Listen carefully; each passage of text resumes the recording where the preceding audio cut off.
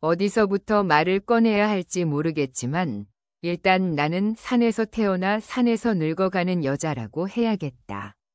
지금 내 나이는 59이고 주민등록증에 적힌 주소는 아직도 같은 산골 마을이다. 다만 집은 예전 초가집이나 슬레이트 지붕이 아니라 정부 지원받아 지은 작은 시멘트 집으로 바뀌었을 뿐이다.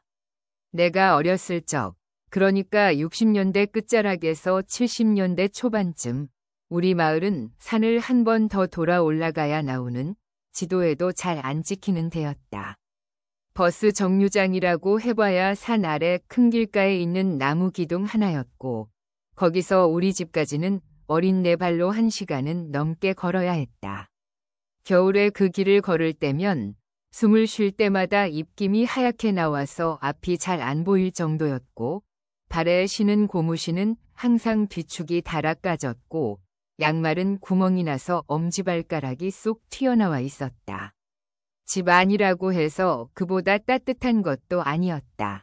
겨울에 방문을 꼭 닫고 이불을 둘둘 말고 누워 있어도 입에서 나온 숨이 방 안에 뿜어져 나와 허공에 희미한 김이 피어오르는 게 보였다.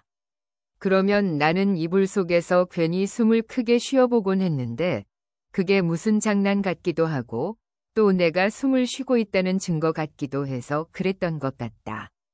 우리 집은 논이라고 해봐야 다락논 서너 마지기, 밭도 돌이 더 많다는 소리를 들을 만큼 척박했다.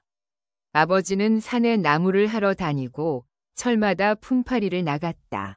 어머니는 새벽부터 밭에 나가고 틈틈이 동네에서 부탁하는 김장이나 장 담그는 일을 도왔다. 나는 장녀였다. 나보다 3살 어린 남동생 하나, 그 밑으로 2살 터울의 여동생, 막내로 늦둥이 남동생이 있었다.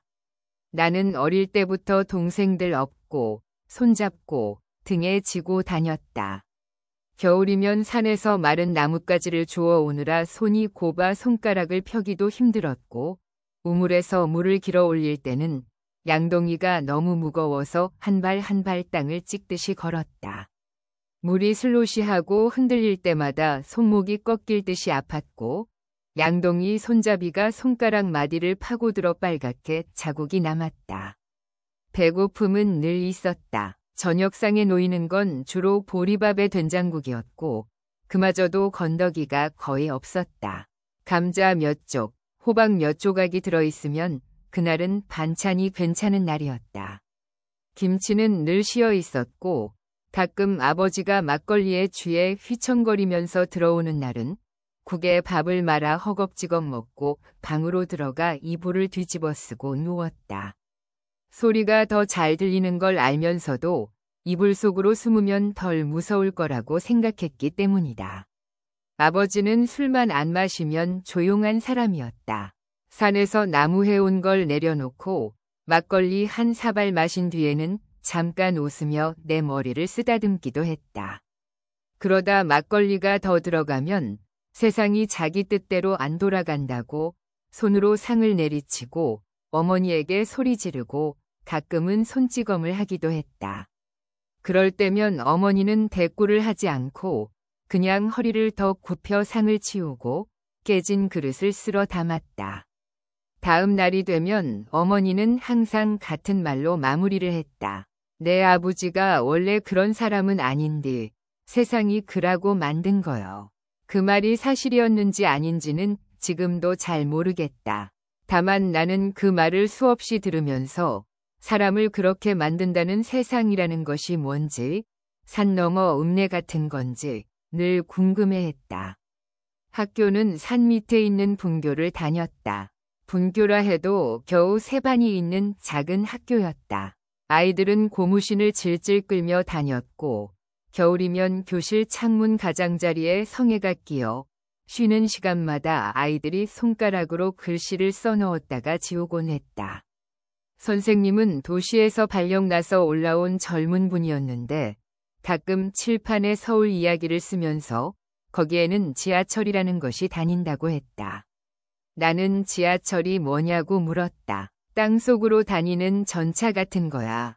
그 말을 듣고 나는 한동안 밤마다 땅속을 달리는 기차를 상상했다. 산을 뚫고 집 아래를 지나가고 내가 자고 있는 방 밑을 불빛을 길게 끌며 지나가는 전차를 떠올리면 이상하게도 마음이 두근거리곤 했다. 공부는 나름대로 잘했다. 분교에서 1등이니 2등이니 하는 것이 무슨 의미가 있었는지는 모르겠지만 선생님이 항상 나를 칭찬했다. 시골 아이들은 글씨를 크게 꾹꾹 눌러 쓰는 버릇이 있는데 나는 좀 더 또박또박 가지런히 쓰려고 애를 썼다. 선생님이 읍내에 있는 본교로 진학을 하라고 꼭 중학교까지는 마쳐야 한다고 집으로 찾아와 아버지를 설득한 적도 있었다. 그날 선생님이 돌아간 뒤 아버지는 말없이 담배만 피웠고 어머니는 안방에서 조용히 울었다. 나는 방바닥에 앉아 그 모습을 바라보다가 나도 모르게 손을 꽉 쥐고 있었다. 결국 몇 날 며칠을 끌다 아버지는 한마디만 했다. 보내려면 보내야지. 공부해서 출세하는 사람도 한 집안에 한 명은 나와야지. 그 말이 허락인지 그냥 술김에 나온 소리인지는 몰라도 결국 나는 산을 내려가 읍내 중학교에 다니게 되었다. 읍내 학교는 분교와는 완전히 다른 세상이었다. 운동장은 넓었고 아이들은 교복을 입고 다녔고 교실엔 형광등이 달려 있었다. 분교에서는 석유난로에 의지해 겨울을 났지만 읍내 학교에는 연탄 보일러가 들어와 있어서 교실이 훈훈했다. 나에겐 그 모든 것이 낯설고 신기했다. 하지만 신기함은 오래 가지 않았다. 매달 나오는 등록금과 교복, 참고서, 버스비까지 그 모든 돈이 어디서 나올 수 있겠는가. 아버지는 산에서 나무를 더 많이 하겠다고 했고 어머니는 밤에까지 싹바느질을 했다. 두 분의 손등에 핏줄이 더 도드라져 올라오고 손톱 밑에 흙과 때가 끼어 있는 걸 보면서 나는 교과서 첫 장을 펼칠 때마다 목이 살짝 조여오는 기분이 들었다. 중학교 2학년이 되던 봄, 결국 일이 터졌다. 동생이 갑자기 고열이 나서 읍내 병원에 입원하게 된 것이다. 몇 날 며칠을 버텨야 하는 병원비가 나가고 아버지가 품팔이 나간 현장에서 팔을 다쳐 한동안 일을 못하게 되면서 집안은 완전히 막다른 골목으로 몰렸다. 어머니는 나를 불러앉혔다. 정순아, 네가 학교를 조금만 쉬면 안 되겠냐. 동생 병원비도 밀려있고 집에 쌀도 떨어져 가고 내 아버지 팔은 아직 시큰거려서 일도 못 나가고 나도 어떻게든 해보려고는 하는데 이게 사람 힘으로 안 되는 것도 있더라. 그 말을 들으면서 나는 아무 말도 하지 못했다. 나 역시 상황을 알고 있었으니까. 나는 괜히 방 구석에 쌓여있던 교과서를 훑어봤다. 종이는 얇고 귀퉁이는 이미 너덜너덜해져 있었고 각 페이지에는 연필로 줄을 그어가며 필기한 자국들이 남아있었다. 얼마나 쉬면 돼요. 내 입에서 나온 말은 그거였다. 어머니는 당황한 듯 잠깐 나를 바라보다가 시선을 피하며 말했다. 일단 한 학기만, 아니 한 해만. 동생 상태 좀 나아지고 집안 형편 좀 펴지면 그때 다시 생각해보자. 나는 고개를 끄덕였다. 대한민국 어느 산골 마을의 딸들이 그랬듯이 나도 그렇게 학교를 멈췄다. 그리고 다시 시작하는 날은 오지 않았다. 학교를 그만두고 나니 나는 온전히 집안의 한 사람 일꾼이 되었다. 어머니와 같이 밭에 나가 김을 메고 가을이면 벼를 베어 나르고 겨울에는 산에서 나무를 했다. 장날이면 읍내까지 내려가 계란과 나물, 산에서 캔돌아지며 더덕을 들고 나가 팔았다. 한 손에는 꾸러미를 들고 다른 손으로는 치마를 쓸어 올리며 진흙길을 내려가다 보면 문득 교복 입은 아이들이 버스를 타고 지나가는 게 보였다. 버스 창문 너머로 보이는 아이들의 얼굴은 되게 비슷했다. 웃기도 하고 졸기도 하고 싸우기도 했다. 나는 그 모습을 올려다보다가 어느새 다리가 풀린 듯 멈춰 서곤 했다. 그래도 꿈이라는 것은 쉽게 없어지지 않았다. 장터에 나가면 나는 일부러 읍내 책방 앞을 천천히 지나가곤 했다. 책방 유리창 안에는 두꺼운 참고서들과 소설책들이 가지런히 꽂혀 있었다. 나는 글씨를 읽는 척하면서 책 한 권쯤은 사서 읽어보고 싶다는 생각을 했다. 하지만 손에는 이미 계란 바구니와 나물꾸러미가 들려 있었고 주머니에는 장대국 한 그릇 값이나 겨우 들어 있었다. 19이 되던 해 나에게 처음 혼담이 들어왔다. 상대는 산 너머 마을에서 농사 짓는 집 아들이었다. 키가 크고 말이 적은 사람이었다. 중학교도 못 가고 아버지 일을 그대로 이어받아 논밭을 지키고 있는 사람이었다. 아버지는 술 기운을 빌려 말했다. 너도 나이 꽉 찼다. 이 산골에서 늙을 거면 내 팔자에 맞는 사람 하나 만나 사는 것도 나쁘지 않다. 나는 그 말이 마뜩찮았지만 딱히 반항할 힘도 없었다. 산 너머 읍내에 가서 직장을 잡고 월급 봉투를 받아오는 삶을 막연히 꿈꾸던 나는 현실이 내 앞에서 좁은 길 하나로만 이어져 있다는 것을 이미 알고 있었다. 결혼은 조용히 치러졌다. 동네 잔치도 크게 하지 못했고 예식장 같은 데는 꿈도 못 꾸었다. 집마당에 상을 몇 개 내놓고 이웃들 불러 막걸리와 국수로 대접하는 정도였다. 신혼여행은 당연히 없었다. 나는 시댁으로 짐을 들고 걸어 올라갔다. 산길을 돌아 올라가면서 뒤를 돌아보니 어머니가 집 마당에서 손을 흔들고 있었다. 어딘가 슬픈 얼굴이었지만 어머니는 울지 않았다. 대신 나를 향해 크게 한마디를 던졌다. 사람 사는 게 다 거기서 거기여. 너무 서러워 말고 너무 기대도 말고. 그 말이 이상하게 오래 남았다. 시댁 생활은 어머니 말대로였다. 많이 서럽지도 그렇다고 조금도 안 서럽지도 않았다.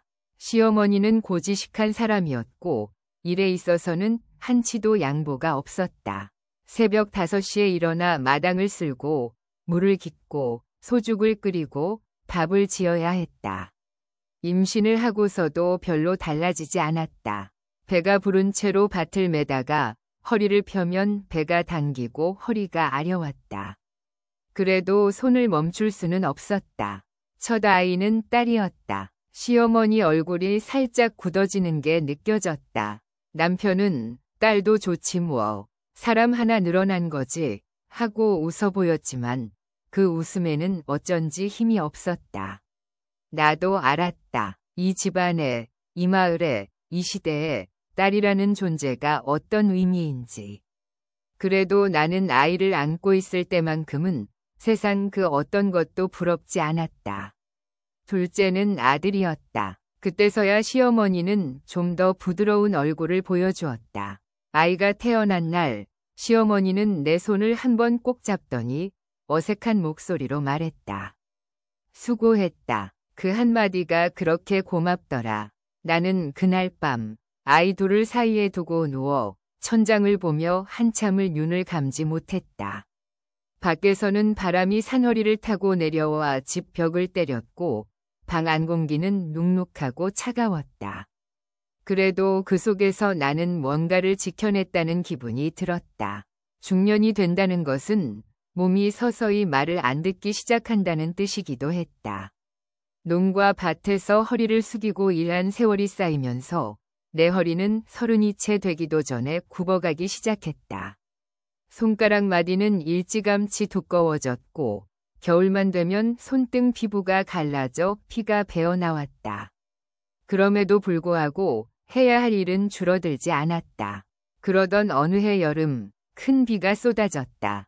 며칠 동안 비가 그칠 줄을 몰랐다. 계곡물은 흙탕물이 되어 콸콸 쏟아졌고 산비탈 여기저기에서 흙이 무너져 내렸다. 그날 남편은 윗동네 밭에 나갔다가 돌아오는 길에 산사태가 나는 바람에 돌과 흙더미에 휩쓸렸다. 마을 사람들이 달려가 남편을 꺼내왔을 때 남편은 다행히 목숨은 건졌지만 다리가 크게 다쳐 한동안 일어나지 못했다. 그때부터 집안의 무게는 거의 온전히 내 몫이 되었다. 남편 대신 논밭에 나가 일을 해야 했고 장날이면 더 멀리 떨어진 읍내까지 나가야 했다. 산나물과 집에서 담근 된장, 고추장을 조금씩 담아 나가 시장 한쪽 구석에 자리를 폈다. 새벽 어스름에 집을 나설 때 아이들은 이불 속에서 웅크리고 자고 있었다. 나는 그 이불 끝을 한번 꼭 여며주고 문을 조용히 닫고 산길로 나섰다. 장터에 도착하면 늘 들르던 자리가 있었다. 오래된 포장마차 옆 비닐로 대충 바람을 막아놓은 공간이었다. 나는 거기에 앉아 손님을 기다렸다. 지나가는 사람들은 대개 나를 힐끔 한번 보고 그냥 지나쳤다. 가끔 산나물 좋아한다는 도시 사람들이 차를 타고 와서 한 봉지씩 사가곤 했다. 그럴 때마다 나는 허리를 더 굽혀 인사를 했다. 그렇게 장터 한쪽에 앉아 있다 보면 가끔 중학교 교복을 입은 아이들이 때로 지나갔다. 그 중에는 예전에 분교에서 나와 함께 놀던 아이의 딸도 있었고 사촌 동생의 아이도 있었다. 그 아이들이 웃고 떠들며 지나가는 모습을 보면 나는 잠깐 동안 입술을 깨물었다. 그리고는 괜히 장바구니를 정리하거나 가방 속 돈을 다시 세어보았다. 내 안에서 올라오는 감정을 어떻게든 다른 곳으로 돌리고 싶어서 그랬을 것이다. 나도 언젠가 이 산을 완전히 떠날 수 있을 거라고 생각한 적이 있다. 아이들이 다 크고 나면 읍내에 조그마한 방 한 칸이라도 얻어 거기서 수선집 같은 걸 해보면 어떨까 하고 상상했다. 동네 사람들 옷을 고쳐주고 바지통 줄이고 교복 치마 길이도 맞춰주고 그렇게 하루하루를 보내는 나를 떠올려 본 적이 있다. 창문 밖으로는 버스 정류장이 보이고 학생들이 오가고 밤에는 형광등 불빛이 스멀스멀 새어나오는 골목길을 바라보며 차 한 잔을 마시는 나를 그려보기도 했다. 하지만 그런 상상은 상상으로 끝났다. 남편 다리는 비 온 뒤 더 시큰거려서 제대로 일을 나갈 수 없는 날이 많았고 시어머니는 나이를 먹을수록 더 자주 넘어지고 더 자주 앓았다. 아이들 교육비와 생활비는 줄지 않았다. 큰딸은 어렵게 대학을 갔고 아들은 군대를 다녀와 서울로 올라가 일자리를 잡았다. 아이들이 집을 떠난 뒤 우리 집은 갑자기 넓어지고 조용해졌다. 밤에 이불 속에 누워있으면 예전에는 들리지 않던 시계 초침 소리까지 또렷하게 들렸다. 이제 나는 쉰아홉이다. 남편은 아직도 다리를 절룩거리며 마당을 돌아다닌다. 시어머니는 몇 해 전에 세상을 떠났다.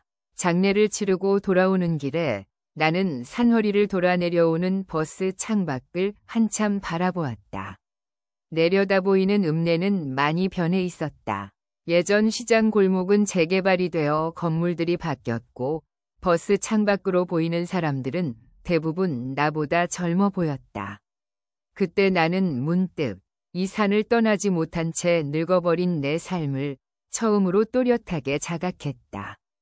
어린 시절 선생님이 말해주던 지하철은 아직도 한 번도 타보지 못했다. 나중에 딸네 집에 갔을 때 사위가 한 번 태워주겠다고 했지만 그날은 인파가 너무 많아 겁이 나서 나는 입구 계단 앞에서 발을 떼지 못했다. 결국 딸과 사위만 내려갔다가 다시 올라왔고 나는 지하철 입구만 멀뚱히 바라보다가 돌아섰다. 그래도 가끔은 읍내까지 나갈 때가 있다. 예전처럼 시장에 나무를 내다 파는 것은 아니고 병원에 다니거나 약국에 들르거나 아이들 용돈 보내려고 우체국에 갈 때다. 버스에서 내려 골목을 걸어가다 보면 어디선가 김치찌개 끓는 냄새와 분식집 튀김 냄새가 섞여 올라온다. 그 냄새를 맡으면 이상하게도 배가 고파지면서도 마음 한구석이 허해지는 기분이 든다. 내가 걸어가는 큰 길 옆으로는 젊은 여자들이 빠르게 지나간다. 머리는 곱게 손질되어 있고 손에는 스마트폰이라는 걸 들고 있다. 내가 이해하지 못하는 말들을 주고받으며 웃는다. 나는 그 아이들의 뒷모습을 잠깐 바라보다가 다시 시선을 거둔다. 그 아이들의 삶과 내 삶은 어쩌면 같은 나라. 같은 하늘 아래에서 벌어지는 전혀 다른 이야기일 것이다. 가끔 나는 나 자신에게 묻는다. 나는 어떤 삶을 산 사람인가? 산골에서 태어나 산을 벗어나 보려 발버둥치다가 결국 산과 함께 늙어버린 여자. 학교를 중간에 그만두고 논밭과 시장을 오가며 남편과 시어머니와 아이들 사이에서 늘 한 발짝 뒤에 서 있던 여자. 그런데 또 한편으로 생각해보면 나만 그런 것은 아니었을 것이다. 내 또래 여자들 대부분이 비슷하게 살았다. 누군가는 공단 기숙사에서, 누군가는 탄광촌에서, 누군가는 청계천 판잣집에서 각자의 자리에서 비슷한 허기를 견디고 비슷한 서러움을 삼켰을 것이다. 나는 이제 거울을 보면 젊은 시절의 내 얼굴은 잘 보이지 않는다.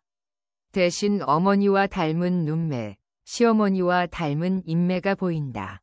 이마에는 깊은 주름이 패여 있고 손등에는 세월이 만든 점들과 흉터가 널려 있다.